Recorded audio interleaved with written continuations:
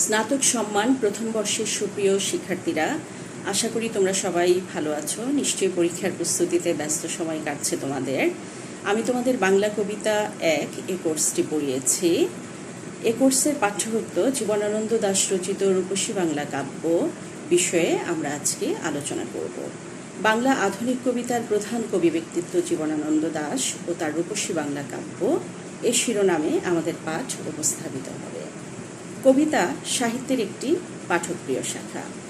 এর সংজ্ঞায়ন করা যায় এভাবে: কবির একান্ত ব্যক্তিগত আবেগ ও উপলব্ধির সংযত সংহত প্রকাশ, যা পাঠকের অনুভূতিশীল চিত্তকে প্রবলভাবে আকর্ষণ করে, তাই কবিতা। এর আবেদন শাশ্বত ও সার্বজনীন।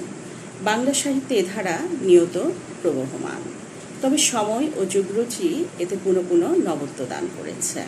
প্রাচীন বাংলা সাহিত্যের একমাত্র নিদর্শন, চর্যাপদের উল্লেখযোগ্য লক্ষণ গীতিধর্মিতা। মধ্যযুগের সাহিত্য, বৈষ্ণব পদাবলী ও অন্যান্য সাহিত্য ধারায় এটি দুর্লক্ষ নয়। তবে দেবদেবী নির্ভর ধর্মীয় বাতাবরণে আবদ্ধ প্রাচীন ও মধ্যযুগের সাহিত্যে কবিতার অপরিহার্য কিছু শর্ত, যেমন কবির ব্যক্তিগত অনুভব, আত্মময়তা, শাশ্বত সার্বজনীন অনুভূতির ব্যঞ্জনাময় প্রকাশ অনেকাংশেই অনুপস্থিত। বাংলা সাহিত্যে আধুনিকতার দ্বারোদ্ঘাটন ঘটে 19 শতকে। এ পর্যায়ের কবিগণ তাদের সৃজনী প্রতিভায় কবিতার উল্লিখিত লক্ষণসমূহ নানান সীমাবদ্ধতা সত্ত্বেও ধারণে সক্ষম হন। মাইকেল মধুসূদন দত্ত রচিত ব্রজাঙ্গনা কাব্য ও চতুর্দশ পদী কবিতাবলিতে আধুনিক কবিতার প্রাথমিক লক্ষণসমূহ পরিস্ফুট হয়। আলোচ্য সময়ে যারা এ ধারায় সাহিত্য সাধনা করেছেন, তাদের মধ্যে কবি বিহারীলাল চক্রবর্তীর সাফল্য সর্বাধিক। পরবর্তী সময়ে বাংলা কবিতার এ ধারাটি রবীন্দ্রনাথ ঠাকুরের কালজয়ী প্রতিভা স্পর্শে পূর্ণতা লাভ করে। এ প্রসঙ্গে বিশ্বজিৎ ঘোষ বলেন, কোট, গোটা 20 শতকের সময় পড়বে বাংলা কবিতায় যিনি নিঃসন্দিগ্ধ প্রধান পুরুষ, যিনি নির্মাণ করেন গোটা শতাব্দীর কবিতা কক্ষপথ, আমাদের কবিতাকে যিনি দৈশিকতার সীমানা ছাড়িয়ে প্রথম করে তোলেন বৈশ্বিক, তিনি রবীন্দ্রনাথ ঠাকুর। আনকোট। রবীন্দ্রনাথের সমসাময়িক কবিগণ সকলেই কম বেশি তার দ্বারা প্রভাবিত। তবে রবীন্দ্র বলয়ের বাইরে যে ক্ষুদ্র কবি গোষ্ঠী ছিলেন, তাদের মধ্যে সর্বাপেক্ষা ভিন্নতা নিয়ে কবি কাজী নজরুল ইসলামের দীপ্ত অবস্থান। প্রতিভার মৌলিকত্বে রবীন্দ্র সময়খণ্ডে তিনি নির্মাণ করেছেন সম্পূর্ণ নতুন ও নিজস্ব এক কবিতা ভুবন। বাংলা কবিতার বিবর্তনের এই পথরেখায় 30-এর কবিরা সংযোজন করলেন এক নতুন মাত্রা। রবীন্দ্রোত্তর আধুনিক কাব্য আন্দোলন রূপে একে চিহ্নিত করা হয়। প্রকৃতপক্ষে এ পর্যায়েই আধুনিক বাংলা কবিতার পরিপূর্ণ উদ্ভাসন ঘটে। কাব্যজগতে এ নতুনত্ব সঞ্চারণের প্রধান একটি অনুঘটক ছিল রবীন্দ্র কাব্যের অপ্রতিহত প্রভাব অতিক্রমণের আকাঙ্ক্ষা। ইংরেজি সাহিত্যের নিবিড় পাঠের মধ্য দিয়ে বিদেশি সমকালীন সাহিত্য আন্দোলনের সঙ্গে নিবিড় পরিচিতিও ছিল এর অপর প্রেরণা। তবে সমকালীন সমাজ বাস্তবতা এ সময়ের কবিদের দৃষ্টিভঙ্গিতে ব্যাপক পরিবর্তন আনয়ন করে, যা আধুনিক কবিতার বর্ণাঢ্য পালাবদল অবশ্যম্ভাবী করে তুলেছিল। 20 শতকের প্রথম দশক থেকেই 19 শতকীয় প্রচলিত ধ্যান ধারণা ও মূল্যবোধের সংশয় তৈরি হয়। এক নতুন জগৎ যেন সামনে এসে দাঁড়ালো। উল্লেখ্য যে বিবর্তিত জগৎ জীবনকে সম্পূর্ণরূপে ধারণ করতে পারার নামই আধুনিকতা। সাহিত্যের অন্যান্য ধারার মতো কবিগণও তাদের লেখনীতে এ নবলব্ধ চেতনা অভিব্যঞ্জিত করতে চাইলেন। বাংলা কবিতায় এ আধুনিক দৃষ্টিভঙ্গি রূপায়ণ ঘটেছিল কল্লোল 1923, কালিকলম 1925 ও প্রগতি 1926 পত্রিকার সঙ্গে যুক্ত কবিদের মাধ্যমে। রবীন্দ্র প্রভাব বলের বাইরে গিয়ে প্রথম বিশ্বযুদ্ধোত্তর যুগের সমস্ত আলোড়ন বিলোড়ন ধারণে তারা পাশ্চাত্য শিল্পাদর্শের দ্বারস্থ হয়েছিলেন। ইউরোপীয় ও রুশ সাহিত্যাদর্শ আন্দোলন এবং শিল্প প্রকরণ অবলম্বন করে তারা নবসৃষ্টির অন্বেষণে রত হলেন। 30-এর দশকে কাব্য আন্দোলনের পূর্ণরূপ দৃষ্ট হয়। এ সময়ের কবিতা কেবল রচনা প্রাচুর্যেই নয়, এর বিচিত্রধর্মী পরিচয়েও সমৃদ্ধ।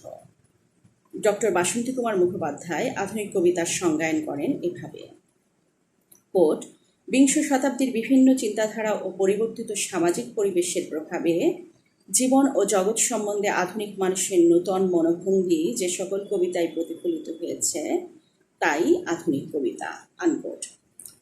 জীবনানন্দ দাশ, সুধীন্দ্রনাথ দত্ত, অমেয় চক্রবর্তী, অজিত দত্ত, বুদ্ধদেব বসু, বিষ্ণু দে প্রমুখ কবিদের সৃজনে 20 শতকের ধ্যান, ধারণা, জীবনদৃষ্টি ও মূল্যবোধের দীপ্ত প্রকাশ ঘটেছে। সাহিত্যে বিষয় ও প্রকরণ নিবিড়ভাবে জড়িত। আলোচ্য কবিদের সকলেরই কাব্যেই ভাববস্তু শিল্প নির্মাণে যে নবত্ব দৃষ্টি হয় তা পূর্ববর্তী কাব্যধারা থেকে একেবারেই ভিন্নধর্মী।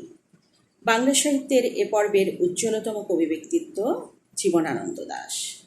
তার রোমান্টিক আত্মমগ্নতায় প্রতিফলিত যুগ যন্ত্রণা ও বিক্ষোভ, প্রকৃতি চেতনা, ইতিহাস চেতনা, মৃত্যু ভাবনা, সৌন্দর্যপ্রীতি, ইন্দ্রিয়ময়তা, বিষণ্ণতা, কবির একান্ত নিজস্ব কবি ভাষা, চিত্রকল্প, উপমা, রূপক, ছদ্ম অবলম্বনে প্রতিভাসিত হয়ে তার কাব্যে মৌলিকত্ব দিয়েছে। তিনি বিষয় ও নির্মাণশৈলীর সমন্বয়ে এক স্বতন্ত্র ভুবন নির্মাণ করেন। নিজ স্বাতন্ত্র্যে ও সশক্তিতে নিঃসন্দেহ কবি উচ্চারণ করেন, কেউ যাহা জানে নাই কোনো এক বাণী আমি বহে আনি। একদিন শুনেছ যে সুর ফুরায়েছে পুরানোতা, কোনো এক নতুন কিছুর আছে প্রয়োজন, তাই আমি আসিয়াছি। আমার মতন আর নাই কেউ, আমার পায়ের শব্দ শোনো নতুন এ, আর সব হারানো পুরনো। কবি 1899 সালের 17 ফেব্রুয়ারি বরিশালে জন্মগ্রহণ করেন। তাদের পরিবারের আদিনিবাস বিক্রমপুর। ইংরেজিতে স্নাতক সম্মান ও স্নাতকোত্তর ডিগ্রিধারী কবির কর্মজীবন লেখালেখি অধ্যাপনাকে ঘিরেই ছিল। 1954 সালের 22 অক্টোবর ট্রাম দুর্ঘটনায় আহত কবির জীবনাবসান ঘটে।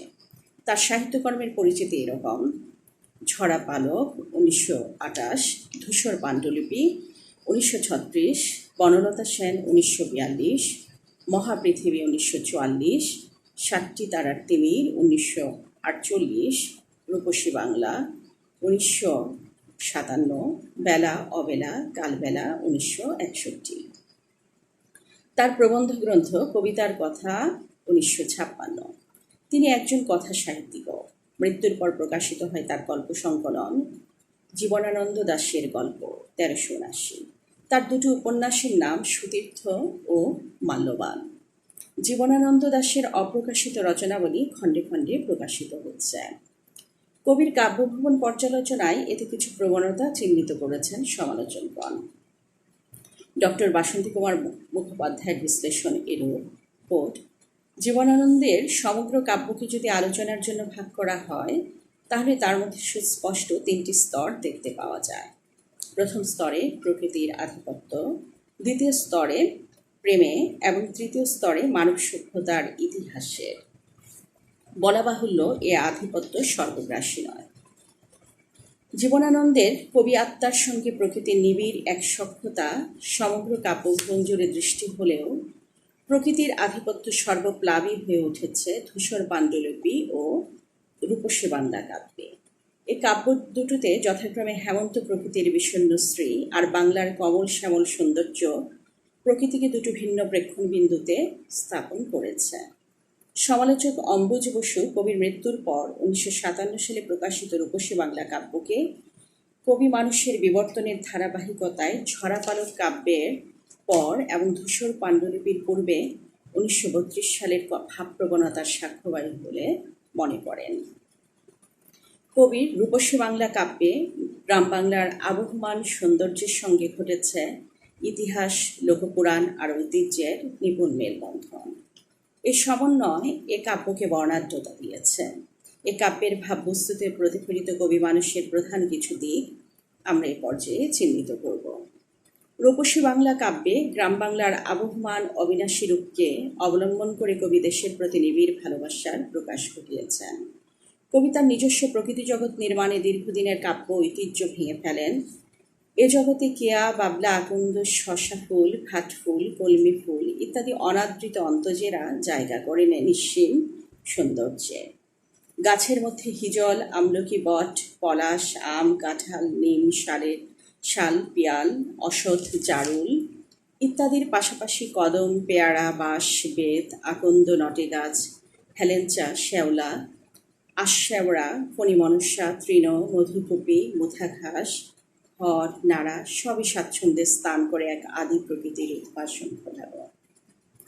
খঞ্জনা দোয়েল, চড়ুই ঘুঘু, ফিঙে রাজহাঁস, সারস টুনটুনির পাশাপাশি পেঁচা, লক্ষ্মী পেঁচা, চিল, গাংচিল, সুদর্শন শালিক, কাক, দাঁড়কাক, বুনোহাঁস, ডাহুক, মাছরাঙা কেউই কবির দৃষ্টি এড়িয়ে যায় না। জোনাকি, কাঁচপোকা, পিঁপড়ে, মৌমাছি, ঝিঝি, ফড়িং ইত্যাদি ক্ষুদ্র পতঙ্গের সৌন্দর্যও বিস্তৃত হন না কবি। ঋতু বৈচিত্র্য প্রকৃতিকে দেয় বর্ণাঢ্যতা। আমাদের সাহিত্য ভুবনের অবজ্ঞাত ঋতু হেমন্তের শিশিরসিক্ত বিষণ্ণ স্ত্রীর বন্দনায় কবি নিবেদিত। হেমন্তের ফসল ভরা মাঠের সৌন্দর্যের সঙ্গে স্থান করে নেয় ফসল শূন্য মাঠ। এ যেন জীবনের পূর্ণতা ও রিক্ততার প্রতিকায়ন। হেমন্ত ঋতুর নিবিড় পাঠ আমাদের অস্তিত্ব চেতনায় যেন পূর্ণতা দান করে। বিভূতিভূষণের মতো জীবনানন্দের প্রকৃতি দর্শনেও চিরায়ত গ্রামীণ প্রকৃতি ও স্বদেশকে ঘিরে কবির আত্মিক নৈকট্য প্রতীয়মান হয়।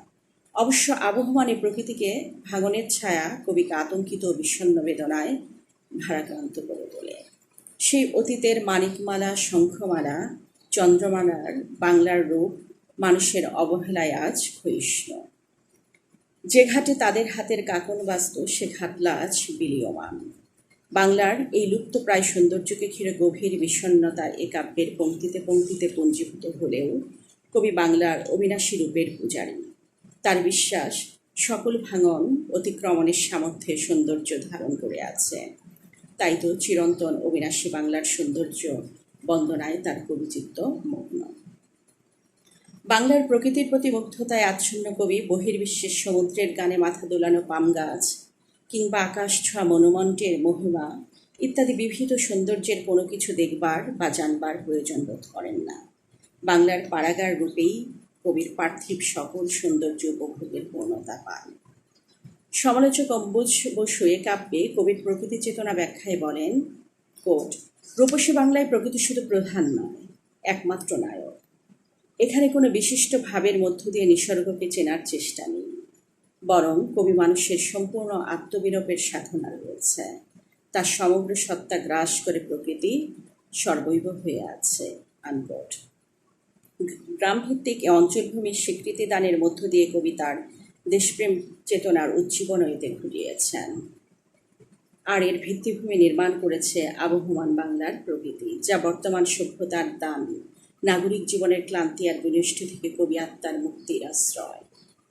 ইতিহাস চেতনা জীবনানন্দ দাশের কাব্য ভাবনার এক অন্যতম দিক। পুরাণ, লোককাহিনী, রূপকথা ইত্যাদি গ্রামীণ সাংস্কৃতিক উপাদানকে অনুষঙ্গ করে নিয়ে রূপসী বাংলা কাব্যে কবির ইতিহাসবোধ বাংময় হয়ে উঠেছে। বাংলার সামন্ততান্ত্রিক ক্ষয়িষ্ণু বর্তমানে কবি এক অবিনাশী চিরন্তন রূপ প্রত্যক্ষ করেছেন। রূপসী বাংলা কাব্যের প্রকৃতি এভাবে এক কালোত্তীর্ণ মাত্রা অর্জন করে। একটি দৃষ্টান্ত দেয়া হলো।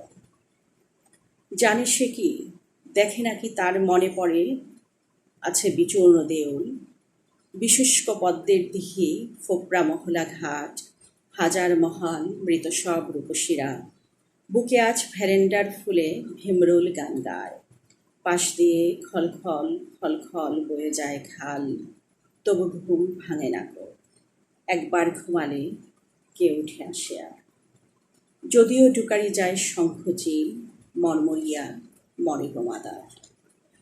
রূপসী বাংলা কাব্যে ঐতিহ্যের বারংবার উল্লেখে নিজস্ব ঐতিহ্যের প্রতি কবির মমত্ববোধের প্রকাশ ঘটেছে। নিজস্ব শেকড়ের প্রতি গভীর কৃতজ্ঞতাবোধ কবি এর শক্তি ও সামর্থ্যকে পুনঃপ্রতিষ্ঠা দিতে চেয়েছেন। কাব্যটি উৎসর্গীকৃত হয়েছে আবহমান বাংলা ও বাঙালিকে। এই উৎসর্গপত্র কবির কাব্য রচনার মূল অভিপ্রায় ব্যক্ত করেছে। বর্তমান পৃথিবীর আত্মিক শূন্যতাকে উপেক্ষা করে কবি আবহমান বাংলার ইতিহাস, ঐতিহ্য ও লোকপুরাণের আবহে নির্মিত সৌন্দর্যকে শুশ্রূষার আশ্রয় করেছেন। আমাদের এই অঞ্চলভূমির পুরাণ কাহিনী, কীর্তন, ভাসান, রূপকথা, যাত্রা পাঁচালী, মঙ্গল কাব্যের আবহে অতীত বাংলার ছায়া সম্পাতে বর্তমানও যেন তার কাব্যে স্পন্দিত হয়ে ওঠে। লৌকিক বাস্তব পৃথিবী যেন তার অন্তরাত্মা সমেত প্রতিভাসিত হয়ে ওঠে। অতীতের ভিত্তিতে বর্তমানের এই প্রতিষ্ঠা যেন আবহমান বাংলার রূপকে পরিপূর্ণতা দান করে। একটি উদাহরণ, জীবন অথবা মৃত্যু চোখে রবে, আর এই বাংলার ঘাস রবে বুকে।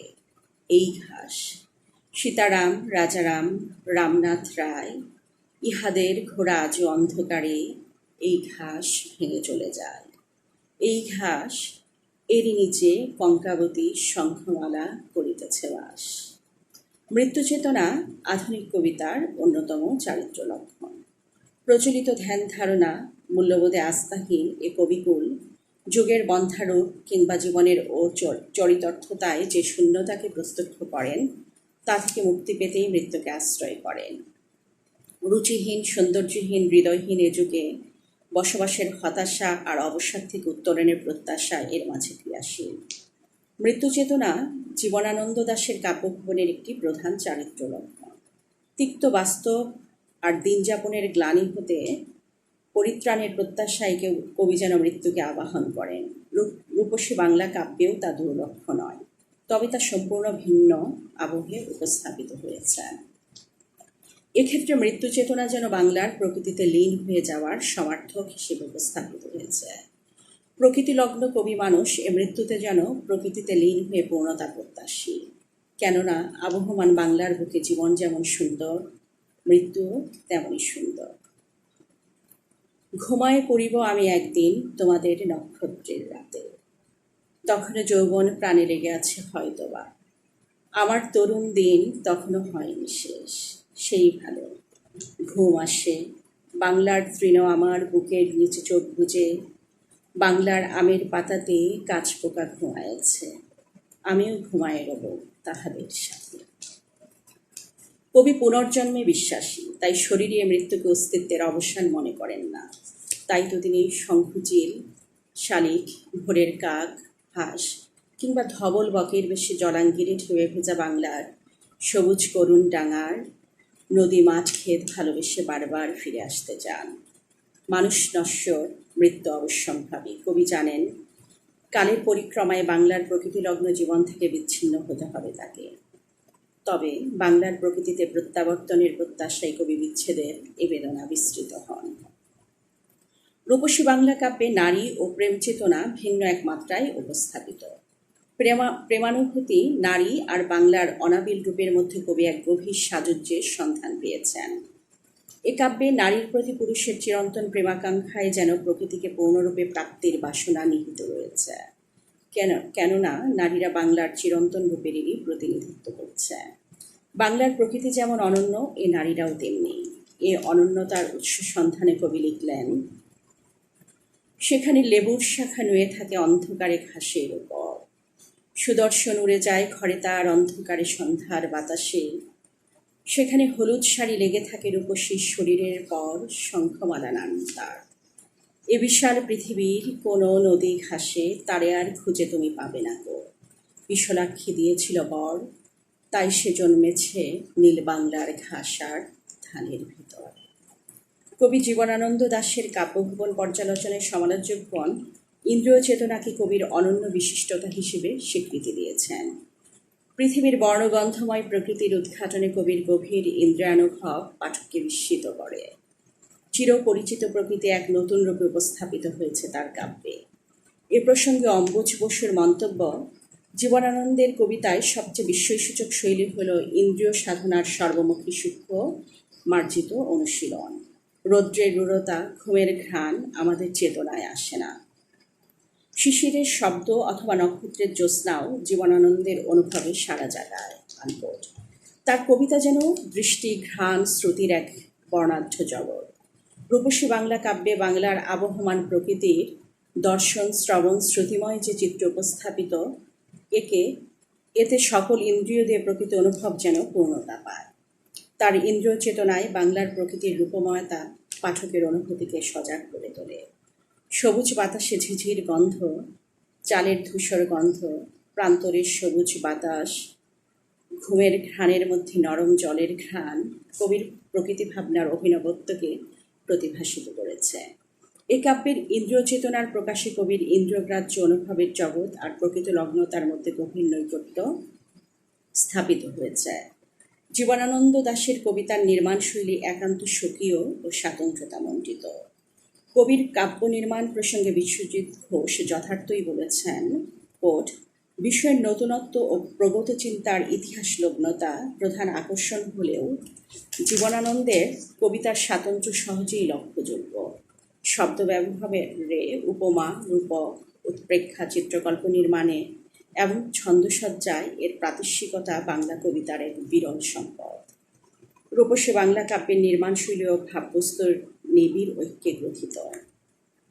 কবির নির্মাণশৈলীর উল্লেখযোগ্য দিকটি চিহ্নিত করেছেন কবি রবীন্দ্রনাথ ঠাকুর।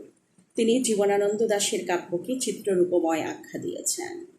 জীবনানন্দ দাশের কবি আত্মার শাব্দিক প্রকাশ চিত্রকল্পকে আশ্রয় করেই ঘটেছে। বাংলার প্রকৃতি, ইতিহাস, ঐতিহ্য, পুরাণ কথা, নারী প্রেমকে আশ্রয় করে কবি চিত্রকল্প নির্মাণ করেন। একটি দৃষ্টান্ত: বাংলার রূপ আমি দেখিয়াছি, তাই আমি পৃথিবীর রূপ খুঁজিতে যাই না আর। অন্ধকারে জেগে ওঠে ডুমুরের গাছে, চেয়ে দেখে ছাতার মতো বড় পাতাটির নিচে বসে আছে ভোরের দয়েল পাখি। চারিদিকে চেয়ে দেখি পল্লবের স্তূপ, জাম, বট, কাঁঠালের, হিজলের, অশ্বতের পড়ে আছে চোর। ফণিমনস্যার ঝোপে সটিবনে তাহাদের ছায়া পড়িয়াছে। মধুকর ডিঙা থেকে না জানি সে কবে চাক চম্পার কাছে এমনই হিজল, বট, তমালের নীল ছায়া বাংলার অপরূপ রূপ দেখেছিল। প্রকৃতি আশ্রয়ী উল্লেখিত কবিতার চিত্র রূপময়তার মধ্যে আমাদের চিরচেনা বাংলার সঙ্গে পুরাণের মেলবন্ধনে প্রকৃতির এক অবিনাশী চিত্র অঙ্কিত হয়েছে। রূপসী বাংলা কাব্যের চিত্রময়তা কবি চৈতন্যের নিপুণ উদ্ভাসন ঘটিয়েছে। চিত্রকল্পের ন্যায় উপমা নির্মাণেও কবি সুনিপুণ নৈপুণ্যের স্বাক্ষর রেখেছেন, কেননা কবির বিশ্বাস উপমাই কবিত্ব। কবির জীবন দর্শন প্রকাশে কোনো কবি প্রসিদ্ধির দ্বারস্থ না হয়ে উপমার এক নিজস্ব ভুবন তিনি নির্মাণ করেছেন। কবিচিত্তের আবেগময়তা ধারণে চিরপরিচিত পরিমণ্ডল থেকেই তিনি নির্মাণ করেছেন তার কাব্যের উপমা। একটি দৃষ্টান্ত দেওয়া হলো: কখন সোনার রোদ নিভে গেছে, অবিরল সুপারির শাড়ি আধারে যেতেছে ডুবে। প্রান্তরের পাড় থেকে গরম বাতাস ক্ষুধিত চিলের মতো চিত্রের এ অন্ধকারে ফেলিতেছে শ্বাস। কিংবা এই পৃথিবীতে এক স্থান আছে কবিতার এ পংক্তিদ্বয়, সেইখানে শঙ্খচিল পানের বনের মতো হাওয়ায় চঞ্চল, সেইখানে লক্ষ্মী পেঁচা ধানের গন্ধের মতো অস্ফুট তরুণ। আধুনিক কবিগণ মুখের ভাষা ও কাব্য ভাষার মধ্যেকার সব ধরনের ব্যবধান লোপ করতে চেয়েছেন। বাকশিল্পের এ প্রবণতা জীবনানন্দ দাশের কাব্যের প্রধান দিক। গ্রাম বাংলার সহজ সাবলীল রূপ নির্মাণে আলোচ্য কাব্যে কবি বর্জন করেন সব ধরনের সন্ধি ও সমাজবদ্ধ গুরুগম্ভীর শব্দ। বাংলা নিরাভরণ রূপের প্রকাশে অতিচলিত পরিচিত শব্দে নির্মিত কবি ভাষার প্রয়োগ লক্ষণীয়। কোনো কোনো কবিতার ক্রিয়াপদের সাধু পূর্ণরূপের ব্যবহারের মধ্য দিয়ে বাংলার সহজ সাবলীল রূপের পাশাপাশি ইতিহাস, ঐতিহ্যের রূপায়ণে উপযোগিতা বৃদ্ধি পেয়েছে।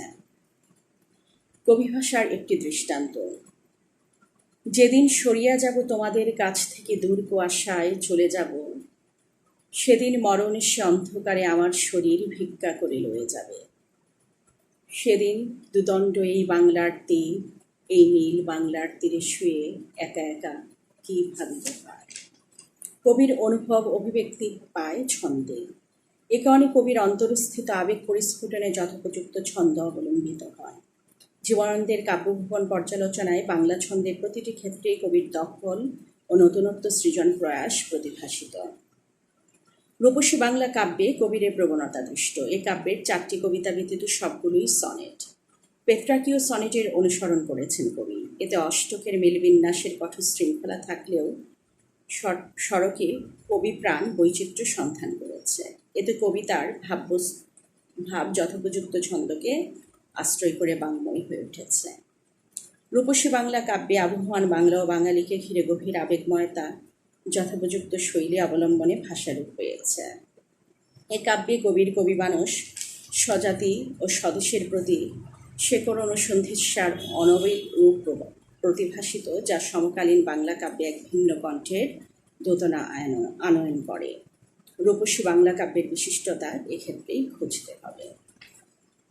আমাদের এই পাঠ প্রস্তুতিতে আমি যে বইগুলোর সাহায্য নিয়েছি সেগুলো হলো আধুনিক বাংলা কবিতার রূপরেখা ডক্টর বাসন্তী কুমার মুখোপাধ্যায়, একটি নক্ষত্র আসে অম্বুজ বসু, আধুনিক বাংলা কাব্য পরিচয় ডক্টর দীপ্তি ত্রিপাঠী, জীবনানন্দ জসীমউদ্দিন এবং বিশ্বজিৎ ঘোষ, চরিতাভিধান বাংলা একাডেমি সম্পাদনায় শামসুজ্জামান খান, সেলিনা হোসেন ও অন্যান্য।